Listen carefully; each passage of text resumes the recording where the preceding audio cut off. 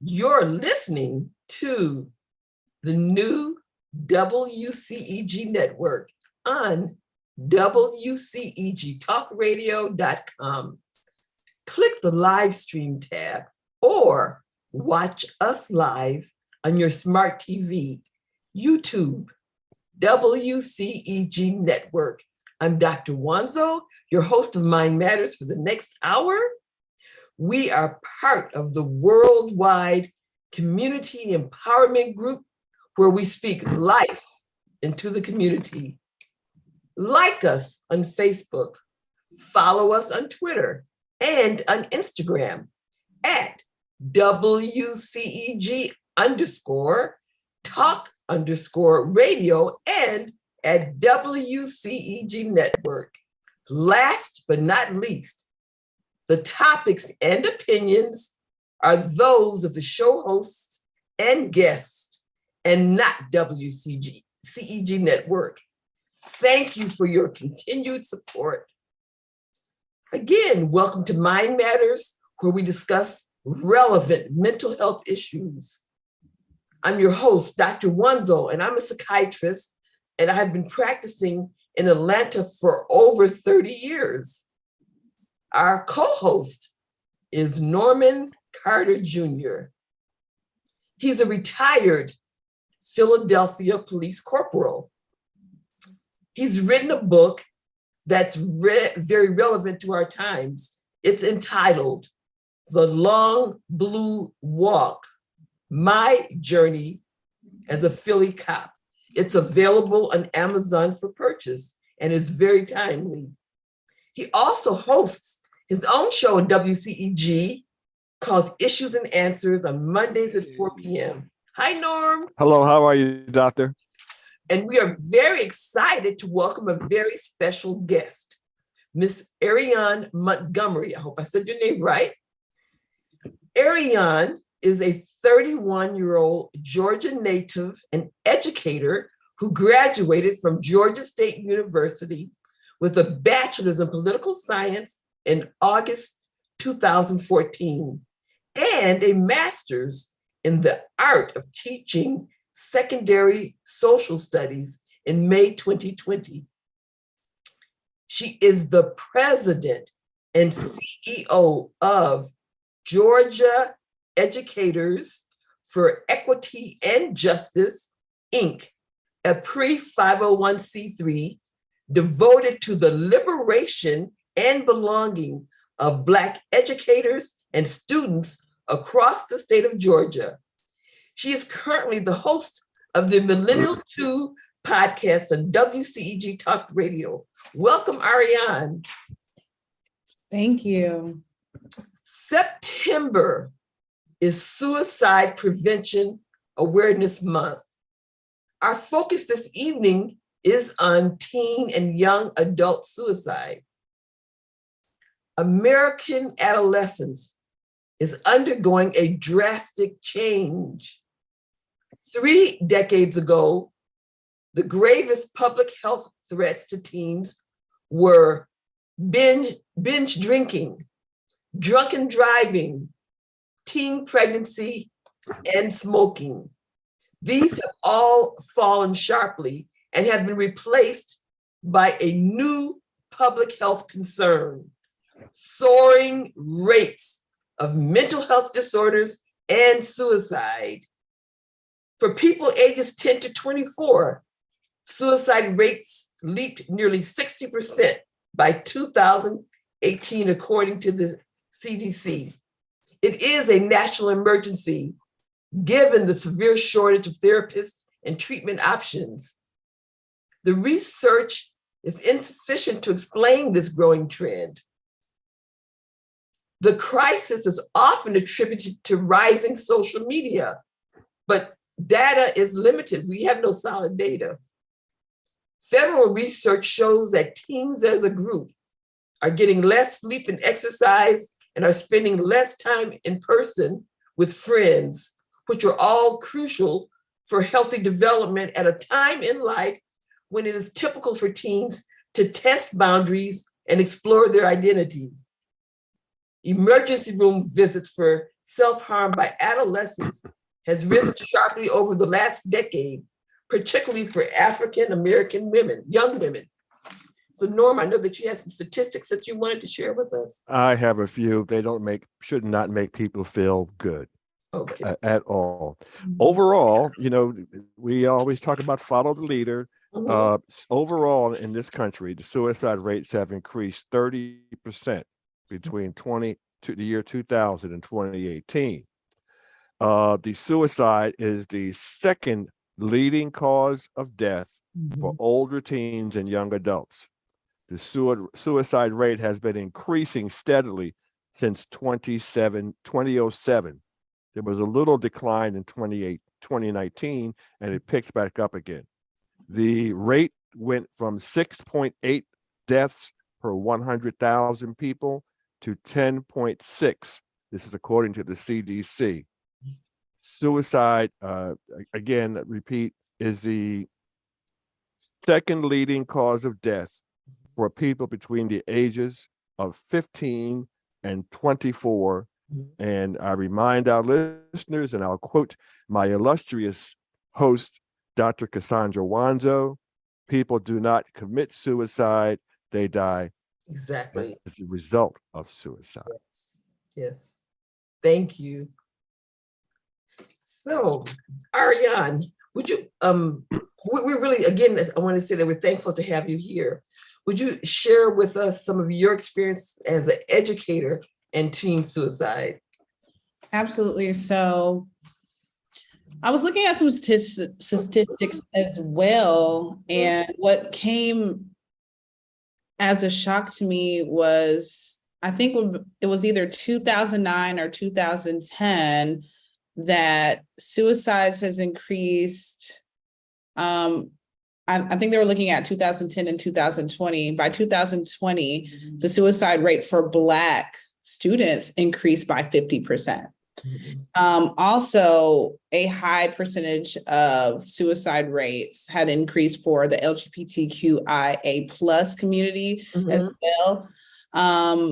We're starting to see an uptick in really just suicide ideation all around the board in high school.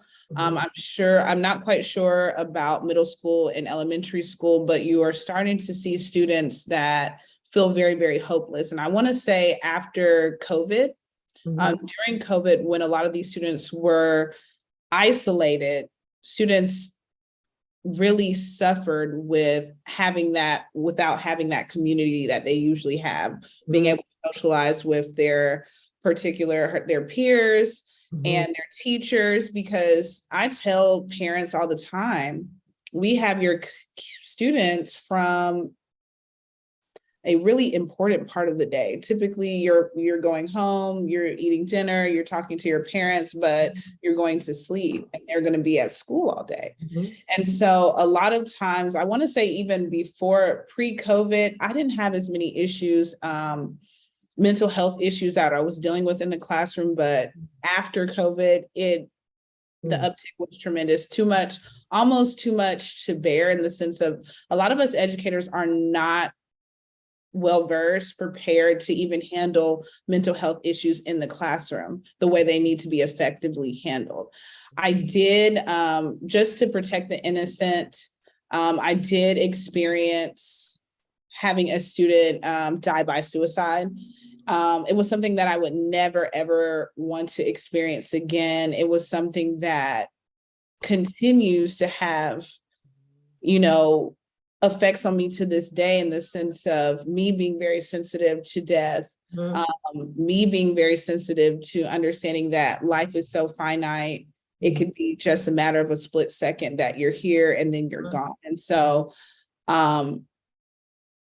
really having to relive how the students were protected in the sense of they did not quite understand what happened. They just knew that their friend was no longer with them. And to watch over hundreds of students grieve in one place at one time was so overwhelming that it probably was the worst day I've ever had as an educator, because I felt hopeless in the sense. And there's always that regret in the sense for students, for teachers, for counselors, anybody that has encountered a baby that is going through mental health issues that we just didn't see it, we didn't catch it in time. And I think I've been dealing with that ever since. I've been so sensitive to making sure that I'm listening to my students, that I'm engaging them emotionally just as much as I'm engaging them academically. And I think that's where the school system falls short, in the sense of, at this moment, you have all school districts that are trying to hurry up and figure out what's going on academically. How can we address COVID learning loss? How can we address literacy rates? How can we address rates with students not doing as well in math and other subjects, when what needs to be at the focal point is making sure our students are mentally in a healthy area in order to really be able to learn. And I think we put that, as much as we want to emphasize, and I know at this moment, I'm not quite sure how you've been following education, but you're starting to see equity, and you're starting to see like, hey, we have to go into these communities, we have to go into these schools, and we have to make sure that, there's equitable resources for our marginalized students. And unfortunately, it's not enough. This is an epidemic, and we don't even have the necessary resources, or given the necessary resources, to actually be able to mitigate this issue. It's so tremendous now that this is a state of emergency. I say that in the classroom, and a lot of teachers are just feeling so hopeless because we just don't have the tools necessary or have the professional development to be able to even start to see a change, or to see a change in the positive direction. So a lot of students, and I will say the ones that I see the most are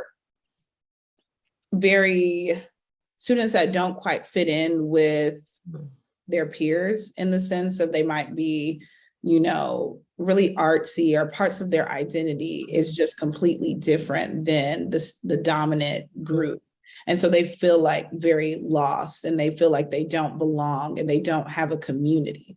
So those students that are typically, I would consider like loners, or, even students, and it's surprising, even students that are just so pleasant and amazing and nice and sweet and do all this stuff, you have to just wonder, like, are you okay? You know what I mean? And it can be disguised so well that you're at a loss when something happens. It's as if, the rug was ripped from under you, because that's really what I can say about the experience that I have. We didn't even see it coming. It was so unfortunate and so surprising and shocking that we were caught off guard. And the crazy part is, and I think you did mention social media, parents, as much as parents could, and I would say my generation probably was like the last generation where parents had pretty much autonomy of what's going on with their student at all times, because we didn't have as much access to social media. Some of us didn't have a cell phone until we were in high school or middle school. And then there was, the technology wasn't built out enough to really even allow for us to get into too much. Whereas now it's completely different. You have bots and technology where you're building a digital footprint. And so let's say you're having a bad day and you look something up that you might not need to be looking up. You're going to constantly be reminded of that, and see that every time you cut on your internet, every time you go on these social media platforms. And so it's very, very unfortunate that we can't get a handle on on our students, really digital footprint, because they're so young at this point. They don't even know the devastating ramifications that these things can cause. And so I feel for the parents, because as much, and I've seen amazing parents lose their students to suicide, parents that are involved in their student's life, but there might just been like one thing they looked over, like, oh, I didn't quite check this, or you know what I mean? I didn't even think to check this because we didn't have this when I was growing up. This is nothing that, you know, we've ever had. And so it's so unfortunate that you can do all you can as a parent and then not even realize, even at school, you know, that your student is going through, you know, might be going through emotional situations at school, might not be long, because I can be honest, as a teacher,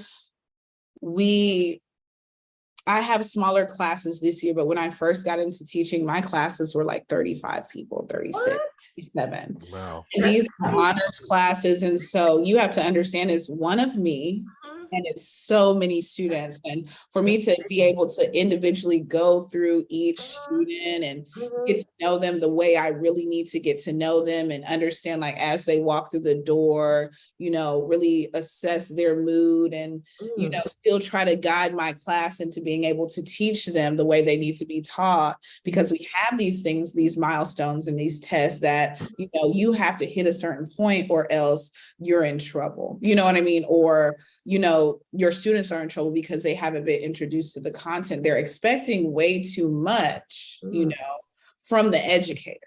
Wow. And so a lot of times these students will just, you know, because they're quiet, they're typically, I have the experience that I have seen when I'm talking to students with mental health issues is they feel like they're a burden. And so these students are not going to be forthcoming when it comes to, you know, how they're feeling. They're going to make sure that everybody around them feels good, but they're going to leave themselves as an afterthought, even if it is a thought at all, because they do not want to be a burden. They think they're a burden. They've made this, they painted this picture in their mind that is not true, but that they're going to operate like that. And so if you're seeing a kid that looks like they're on, and these can be kids that make decent grades, or, you know, average grades, and they're pleasant and they're kind and they're nice. And you might have another student that might be acting out or not doing their work. And so you're dealing with this student. It's very difficult to get to that student because you have so many different students in your classroom. And so it makes us feel, I can say myself, when that situation happened, because I had interacted with that student so many times, it made me feel very inadequate as an educator, because number one, I lead with education. I'm very relational. And so, you know, relationships are my specialty, but to realize that I missed that mark, and one of a precious baby felt hopeless to the point of they didn't want to exist anymore in this realm is devastating to me.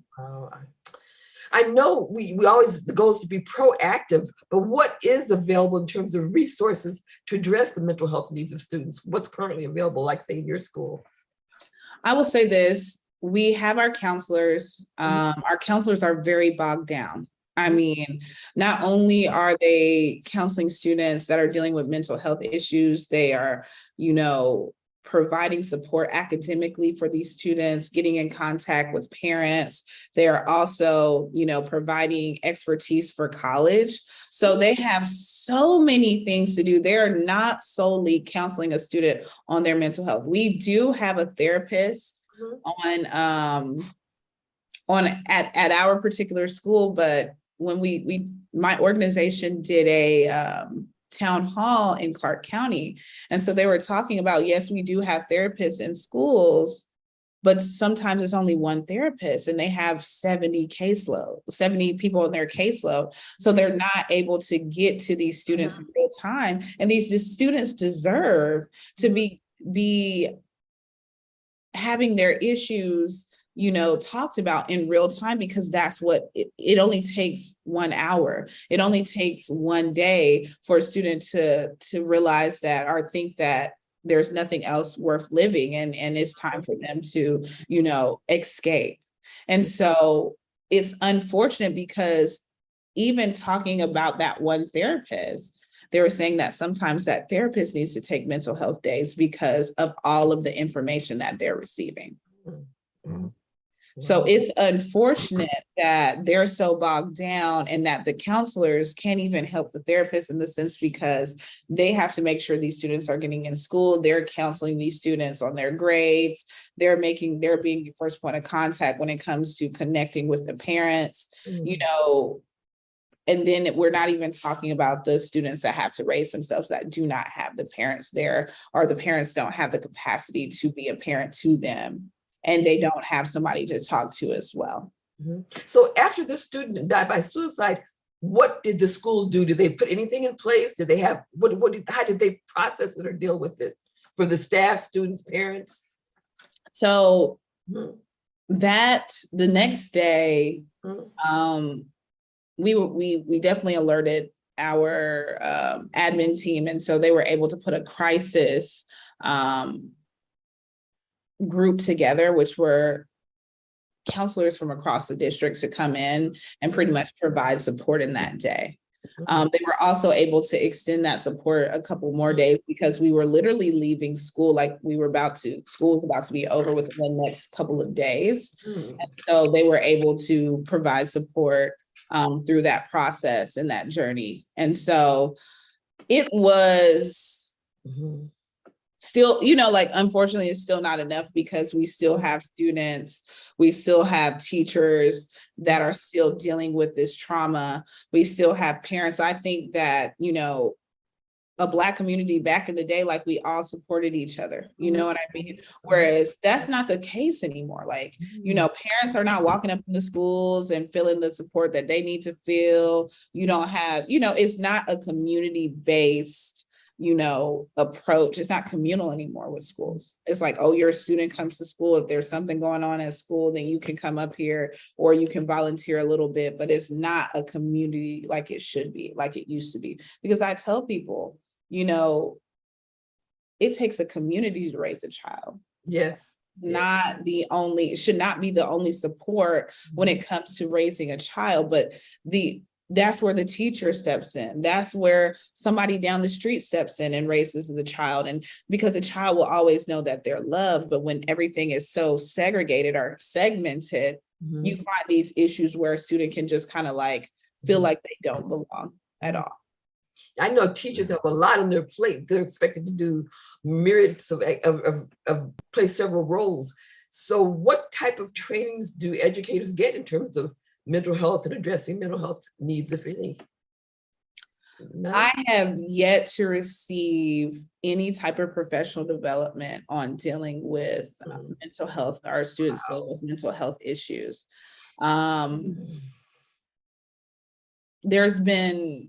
We're teaching students at this time, we're teaching students how to deal with mental health issues. We might have this thing called a Nearpod where we show, questions and kind of talk them through dealing with difficult situations and dealing with conflict, but not in the sense of how it needs to be addressed. And then also, as teachers are going through this material with students, there is no professional development that is provided for the teachers on how to facilitate these courageous conversations. So we're all at a loss. I can say I do my own professional development outside of my school district, as well as, so I have my own professional development that I'm going through, but I still don't feel adequate enough to be able to deal with mental health issues at all. And so I feel no trainings. You said no trainings? Wow. No, there's no trainings in this. So teachers are literally, and I don't even think I teach in the school district that I graduated from. So I came up and had trauma in schools, and it was so bad that I almost failed 2nd and 3rd grade and 6th and 7th. But I graduated as an AP scholar with a 3.5. Wow, congratulations. Thank you so much. The change happened when I met my first and only Black educator in 8th grade. And so pretty much she explained to me, even through the trauma, and even though many of your educators will not understand what you're going through, you still have to persevere in education because You know, education is the great equalizer, and this will allow a student to really break out of generational poverty. And I utilize my education because that was all I had to break out of generational poverty. But I have dealt with mental health issues matriculating through school. So I know that, and I remember my teachers very distinctly not understanding and not making sure that I belonged. As soon as I came into the county that I graduated from and that I teach in, I had a house fire, so I lost everything. And so it was very traumatic because I came from Fulton County into the county that I'm at now. And I had no friends and I didn't know anybody. And so my teachers did not look like me. You know, they're white educators. And so I was and at that time, the part of the county that I first came into is now predominantly Black and Hispanic, more Black. And then it was predominantly white. And so you might have seen like a sprinkle like this of like little Black kids or little kids of color, but the rest of the kids were white and the teachers were white. And so they didn't understand me. And I found myself, you know, always in trouble. She daydreams. I wasn't a bad student. She daydreams all the time. She's not on task. She's not learning. Her reading level is low. And I pulled my transcripts recently from second grade all the way to 12th, just to look at what the teachers were saying, what my grades were. And it wasn't until I think third grade when my third grade educator, she was white, asked my parents, like, what's going on? That was the first time they've ever asked, like, what's going on with her. And so they told her, she's like, well, she's been through a house fire, you know, she's displaced. I was leaving from Jonesboro on the south side and going to school all the way in Gwinnett County. So it was, you know, the commute was long, you know, my parents were on and off, you know, and so I just had a very traumatic childhood at points. And so I couldn't learn. It wasn't that I didn't want to. It was just that my needs weren't being met. I always talk about Maslow's law or hierarchy of needs over Bloom's taxonomy, which is just how to teach students how to make sure that they're learning and they're engaged. I'm like, if you don't prioritize Maslow's hierarchy of needs over Bloom's taxonomy, then a student will never learn. And I never was able to truly learn until I was seen. And heard. And it's so crazy. And I tell teachers, like, and I talk to districts and I consult, I'm like, until you have an implicit bias training, until you make sure that these teachers are held accountable for seeing their students and not victimizing them or, you know, criminalizing them, then we will continue to see this cycle of suicide ideation because they will never feel like they belong. They won't feel like they belong with the teachers. And if they're due to their identity or their intersectionality, they don't feel like they belong with their peers. And then you just have to put on top of that, if they're having trauma from at home or, you know, their parents are working all the time, they just don't have that outlet. They don't feel like they belong. And so they become very, very hopeless. And that is something that I have been seeing. What you've so eloquently described is ACE, which is the adverse childhood experiences. Those are traumatic events that happen to children during childhood up until 17. And they're finding that the more of those you have, the more your risk for suicide. Even having one adverse childhood experience can increase the risk. And some of the ACE or adverse childhood experiences are experiencing violence, experiencing emotional abuse, experiencing neglect, physical, emotional, or sexual abuse, witnessing domestic violence, having a close family member with alcohol or drug abuse problems, having a close family member with mental health problems, having a close family member who served time in prison, divorce. And you described, some of those events that happened to you. So anything that's traumatic that happens during childhood can increase your risk of suicide. I will honestly say I've never been suicide or experienced suicide ideation. I've been very, very depressed. I think all of those experiences, when I was in my high school or like that area, my mom was a parapro in the school district that I'm still teaching at. She just retired, but she kept us in really good schools because she was a parapro. And so we were poor.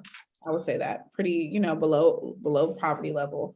There was a time where my mom and I stayed on Section 8. There was a very long time where we stayed in like guest house inns. And so my emotional state was just very low, And so I went into school, like when I went into high school, I wanted to kind of disguise myself because I felt very embarrassed about who I was as a person. And it wasn't because of anything that I did. It was just, the outcomes of what my parents have done and all this stuff. And so I used education to disguise myself. Nobody really knew that I was poor. Nobody really knew, what I had to go home to, And so when I went off to college, I was like, well, I got the good grades, and I did everything that I needed to do, but I got to college and realized I still couldn't afford college. And so I remember there was times where if it wasn't for my friends, like I had like a black curtain over my window and I would just tape it up there so I wouldn't get any sunlight and I wouldn't go to class and I would just lay there for like hours and sometimes days. And it would be like they would have to just get me out of that room. And so because of those situations that I've dealt with in my life and watching my mom be very depressed throughout my childhood really gives me this empathy and keen sense of awareness around students that are going through similar situations, which is why I almost, even though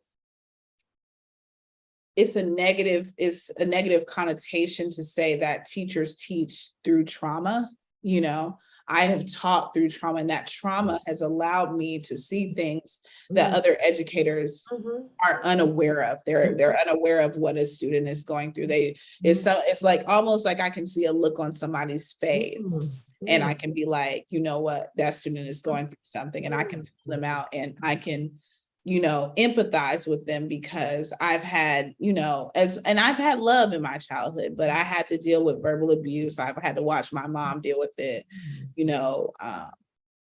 and I knew my dad loved me and, and still does to this day. But it was just very hard as a child to deal with that and to be able to have the language. And that's why I try to teach my students. It's like, you got to have the language to express yourself, because if you're a baby or you're a child and you're going through this trauma and you want to tell people why I used to have papers thrown all over my desk and stuff. I was second grade. She's not orderly. She has mess everywhere. And it was because, and I still do this to this day. If my environment is messy, that means I'm mentally not okay. Something is going on. Absolutely right. There's definitely something to that. Yes. And they don't see. Educators are not trained to know that. The only reason why I know that is because I've experienced it. I knew that in grades dropping, where you might be an AB student and then all of a sudden you're failing, or you have, like C's and D's. I think that's an indicator as well when you start to look at advanced grades. And I think at this moment, if tech is ruining these children, like we're thinking about social media, I think there needs to be a positive tech. And that's what I've told people, like, how can we put in the system where the system already calculates, oh, wow, this drops a certain standard deviation, or these points, we need to pull this student, we need to figure out what's going on with them, how we're utilizing surveys to make sure students are mentally okay. How do we make sure we're constantly, asking questions and doing things where it's almost automated, so a teacher doesn't have to take on those burdens, or a counselor doesn't have to take on those burdens, because it's just, it's something's going to fall to the wayside. And instead of tacking stuff back on, you don't want to be like, mental health issues are indicating those is something that falls off because you're pressing teachers and counselors to perform academically and making sure these students are hitting the mark academically, because you want national funding. So you need these school districts needs to step up to the plate and provide that funding to find that tech out there, because there's plenty of people that are doing, I want to say social, tech for the social good or something, to where some of these processes can be automated to where it's not falling on the burden of somebody that's already overworked and underpaid. So, have you thought about going into administration at all? I mean, it sounds like you're the right person that need to somewhere at a higher level to institute some of these things. I will so my thing about going into administration is almost like you have to drink the Kool-Aid. And so I choose to, as an educator, be very vocal about what I'm seeing in the classroom, be very transparent.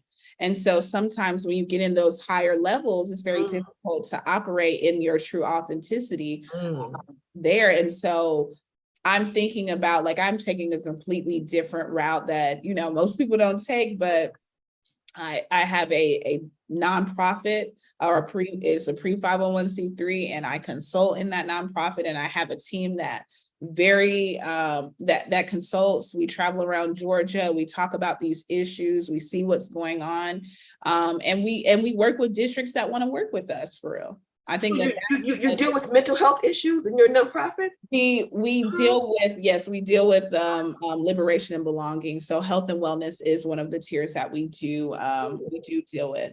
And so we do love to partner with different organizations that provide that. And I said, hopefully one day, I'm crossing my fingers. I started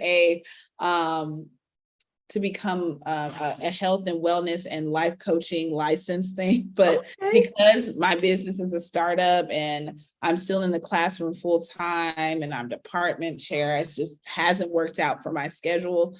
But I hope to get that, because this is something that, I think needs to be addressed. Yes. And it will help me heal from a lot of the trauma that I experienced as a child, to be able to help somebody even just get the verbiage and the language to express themselves and really, really talk about how they feel and provide that safe space for them to do so. I think that would be ideal if you could contract with different school districts to provide this kind of training. Yes. Yeah. Norm, I don't know if you have any thoughts. Yeah, I'm doing a Ms. Montgomery has had me going back through not only my own childhood, but my experience as a police officer, working as what we now call a resource officer in a junior high / middle school. And one of the things that I found out, and she sort of touched on it, and I may have mentioned this in a program before, is there was a little girl who was in special ed class for emotionally challenged student disorder. Yeah, correct. Yes. And so when she left school, along with several other people in her class, they what we used to call get on the yellow bus to go to school. So there was the short bus. Yeah. Short bus, long bus sometimes, but one day, the way that they came out of school was different from the other children. And so one day I was standing at the door where she was waiting for the bus to come, and I was there with a non-teaching assistant, and we began to engage with this girl. She was 13 years old, very unkempt, sort of very, very quiet, and so we tried to engage with her a little by little over a few days. And so finally we had we were able to establish enough of rapport with her that she began to talk and open up. And a lot of what was going on with her is basically her oldest sister was 19 and she was 13. And so she was like the oops baby. And they treated her that way. They gave her hand-me-down clothes. Her hair was always unkempt when she came to school. So a non-teaching assistant was a female, and we began to coax her and talk to her, and she used to look forward to come down and speaking with us. Well, eventually, her behavior in class changed because she was a disruptor, and her advisor spoke to me one day, because I would go to the classes. I was a little unconventional, and he wanted to know, what did we do to change this young lady around because she was disruptive. Now she started coming to school as best she could. She dressed a little bit better. Her hair was a little well combed. And it was just a matter of listening to her and letting her bring out, as what we would say today, is bring out her truth. And I think that was so helpful. It was cathartic for her and it changed her behavior. I wish I could have followed her as she went through school, but she did become a different person from 13 till about 15 when I was able to see her. Wow. The other thing that, as we talked about the suicide ideation, I actually saw this up close and personal in that school where a 14-year-old girl tried to commit suicide in the school by taking an overdose of aspirin. It was really a cry for help. Serious abuse in the home that the mother ignored. And it wasn't the mother, it was the mother's boyfriend. And she was reacting to that. And sadly, the mother didn't want the police to get further involved. My hands were sort of tied. And the mother blamed this 13-year-old girl. And I've seen that several times in my career. And so what you have is you have domestic unrest and really bad situations domestically that affect the children when they interact outside of in school. And also, I also like to add, and perhaps Ms. Montgomery can help me out on this, because I wanted to do a program similar to this about a year ago. So I spoke to educators locally and nationally. And the one thing I found out is that there was a program for we call elementary and middle school children, where they are able to identify and perhaps counsel some children who have behavioral problems. It's a federally funded program, if I believe I'm correct. But that program stops once they get to high school age. So there's no help. That program stops. So you have children at one of the most sensitive times of their lives without that funding, that backup. And so the pressure does go on the teachers and the counselors. I mean, counselors should be just talking about your educational opportunities or your career opportunities. And when you have to thrust upon them these internal psychological issues, it's extremely burdensome. Yes, you're right.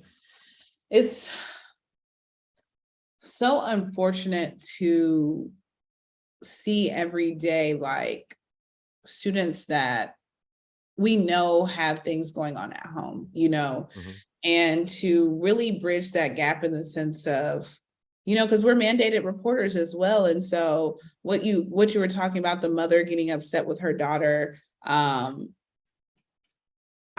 haven't totally witnessed something like that, but I've had students, especially those that have dealt with, suicide ideation, pretty much say that they don't want to be a burden on their parents. They don't want their parents to know. And so some of the reasons why they won't go and talk to a therapist is because they feel as if the therapist is going to talk to their parents, and so they're so fearful of that. And so they don't get the adequate help that they deserve. They don't get the adequate help that they need, because they're so fearful that their parents are going to find out what's going on, and they don't want to be a burden. And at many of times, their parents will want them to go to a therapist and talk to a therapist so that, they can relieve that burden and have an unbiased opinion and really see that,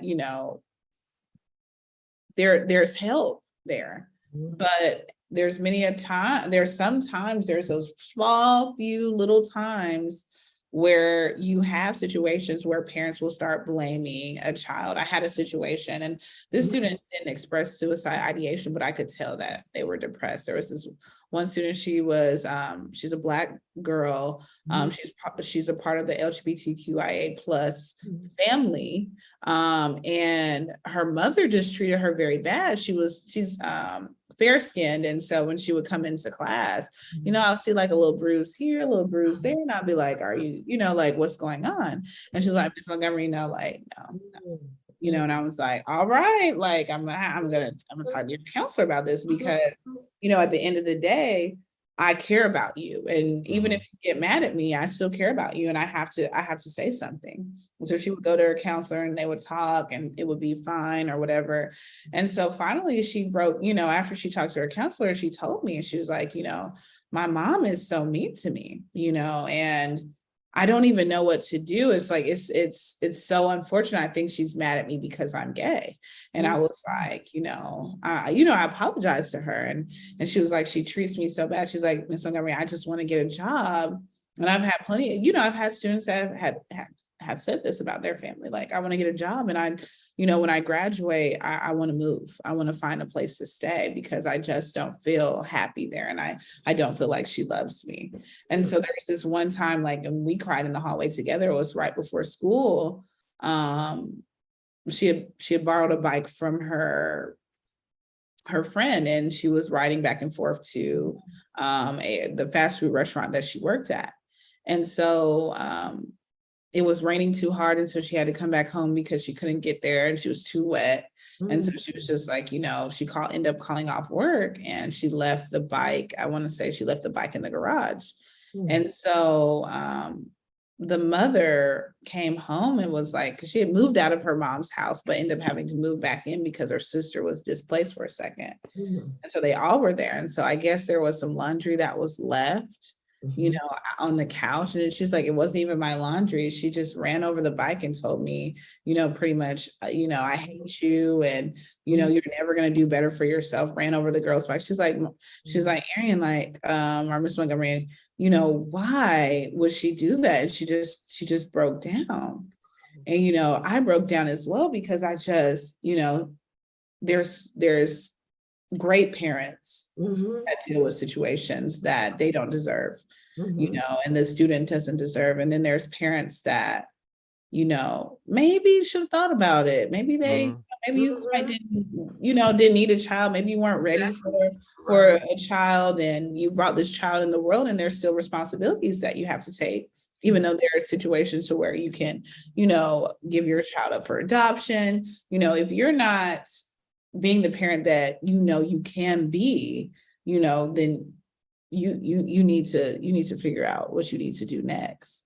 And so that's unfortunate. There's a lot of times that we encounter situations like that where students are being mistreated. And of course we want to bring every student home with us. I know there's been like, it's okay, we're going to live on my teacher's salary. And we just, you know what I mean? But it just, unfortunately, that just cannot happen, and it's those times where I will say that I felt the most hopeless, because I can't relate to things like that, because it wasn't in the sense of, I might have dealt with verbal abuse, but I knew that my parents loved me for real. And they were never malicious. It was just, now that I'm older, understanding that, sometimes people are not ready to have children at the moment. Exactly. Right. The mother with the kid, with the young woman with the bruises on her face. So when you said you're mandated to report, do you report something like that, or how do you handle it? Oh yeah, you report that immediately. So I think teachers, don't quote me on the actual law, but I think you have about 24 hours to report that to a counselor or an administrator that is over that student, so that student can get the help that they deserve. So what happened to that student? You reported it, and so what happened? Really, the student was still at school. She talked to her counselor. I don't know what was said in there, because that's all private, but she ended up graduating, and I really kind of lost contact with her after that. And so it was just really unfortunate, but I knew that she was dealing with that, and I tried to counsel her into, and I hate to be like that, of course I want to tell, I tell those students that have the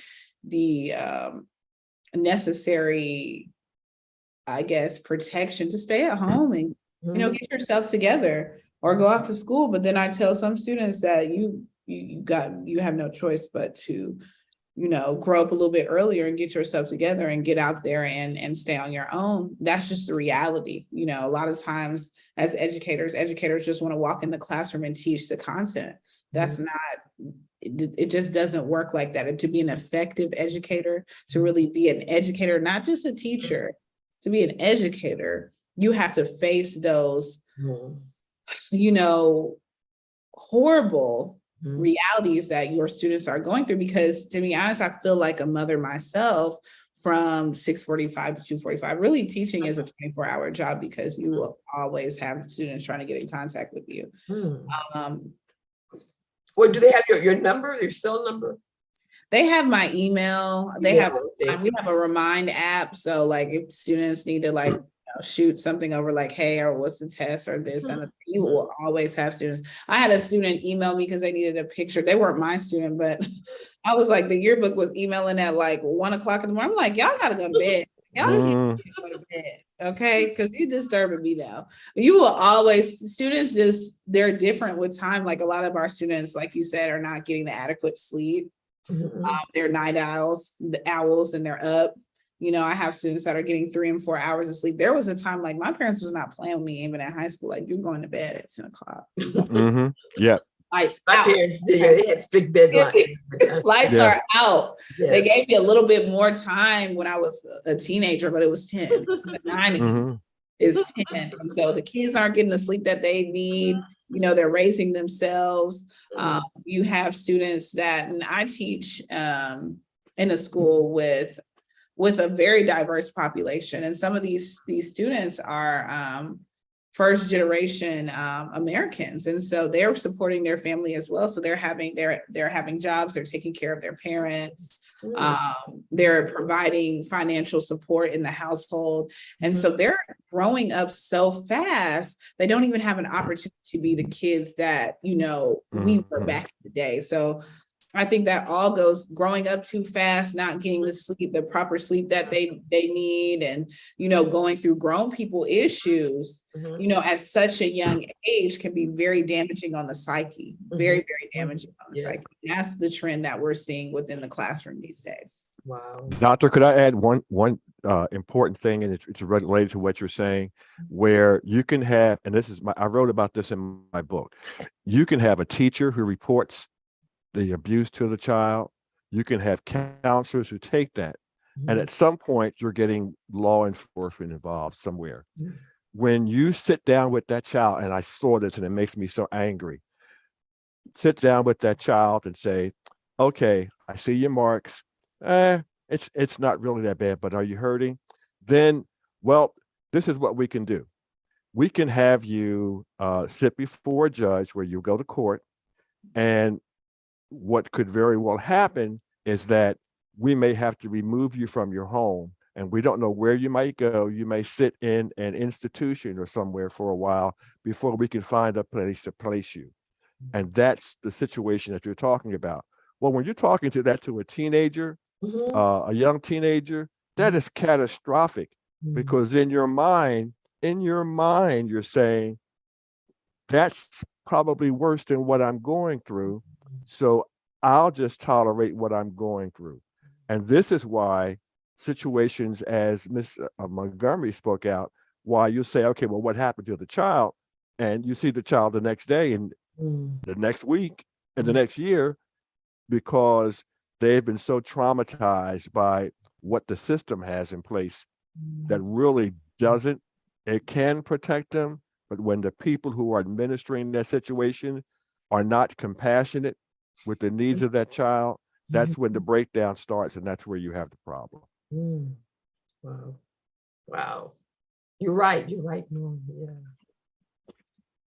I feel so, sad for those students, because those students, again, like, you're snatching them out of a community where they might feel just one sense of belonging. There might be a teacher there might be a student group that they're a part of. It's just so much and so devastating. And so that's when you start to see that hopelessness. That's when you start to see where students was like, you know what, maybe I can't live this life anymore, and then there's just students that have their own life outside that nobody really knows about, I've seen that as well. And their parents don't know, what's going on for real, because the parents are either working or the parents are going through their own trauma, and they're having to cope in their own life. And not even understanding that this student has their own, everything that else that they have going on, because, and then the students just gets lost.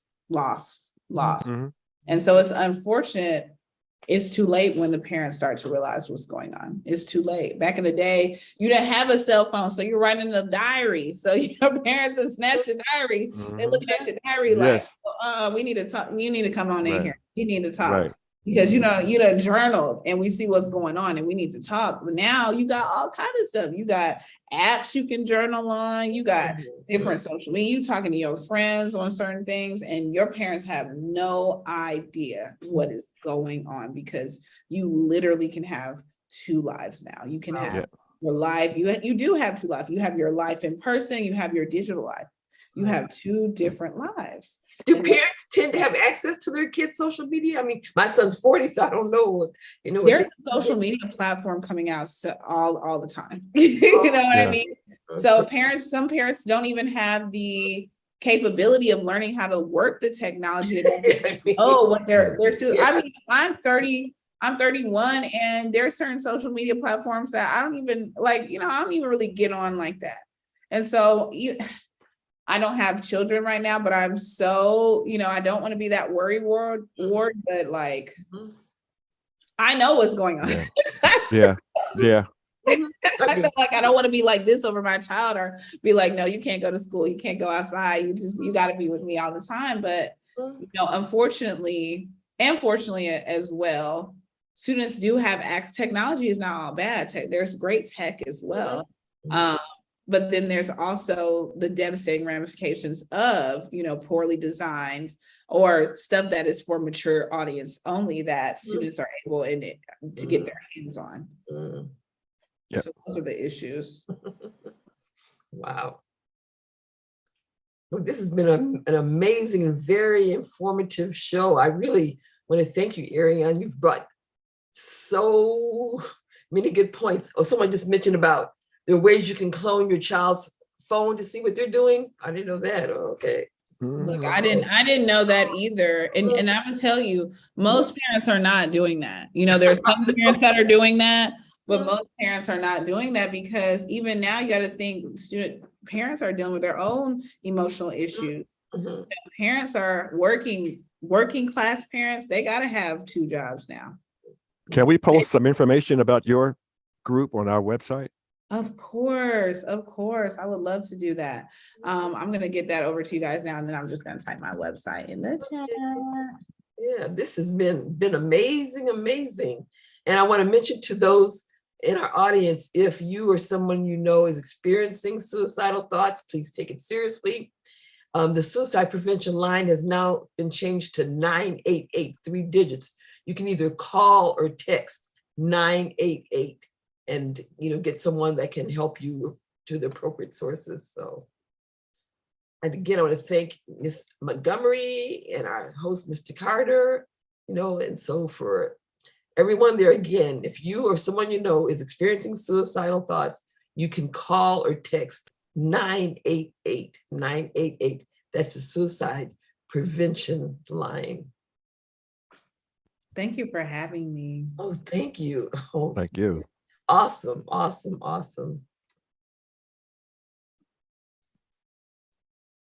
Do you have any closing statements? We have 2 minutes left. I will say, watch my show. I'm also on WCEG Talk Radio. Yes. I am on Millennial Talk too. Thank you guys. We have such a good time on there. When is your show? My show is the 3rd Saturday at 12 to 1 p.m. Okay. So that means, is this Saturday the 3rd Saturday, or is last Saturday? Oh, okay. It's the 4th Saturday. Fourth Saturday. Okay. Woohoo! Just kidding, you guys. It's the 4th Saturday from 12 to 1 p.m. But yes. Okay. Come listen to my show. We had one just last Saturday. the Saturday that just passed. And so it was, what about your friends? And the importance of belonging in the workplace. Okay. Again, so we've got 10 seconds. Again, I want to thank our listening audience and our co-hosting guests. Have a